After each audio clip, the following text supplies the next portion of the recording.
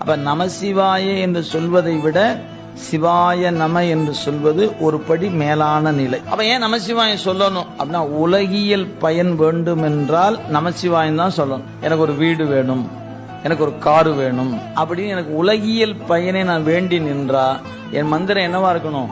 நமசிவாய நமசிவாய நமசிவாயன்னு நான் தொடர்ந்து சிந்திக்கணும். எனக்கு இந்த உலகம்லாம் வேண்டாம் அப்படின்னா இதிலிருந்து வெளியே போகணும்னு எனக்கு ஒரு ஆசை. எது?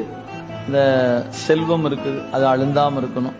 பதவி இருக்குது, அது அழுந்தாம இருக்கணும். எப்படியோ இருக்கிற சூழல்ல எது எப்படி இருந்தாலும் நம்ம அறிவு பாதிக்காம இருக்கணும். என்ன பண்ணலாம்? சிவாய நம சிந்திச்சிங்கன்னா அது அழுந்தாம காப்பாத்து. அழுந்தாம காப்பாத்துனா பத்தாதியா, அதை விட்டு விலகணுமே அப்படின்னா அதுக்கு அடுத்த மந்திரம் அதை விலக்கி தரும். அது சிவைய சிவை என்கிற மந்திரம். அப்ப நீங்க பக்குவப்படப்பட மந்திரமும் மாறும். அதனால தீக்கையை 4 வகையா பிரித்து சமயம், விசேடம், நிர்வாணம், அபிடேகம் என்று 4 பிரித்து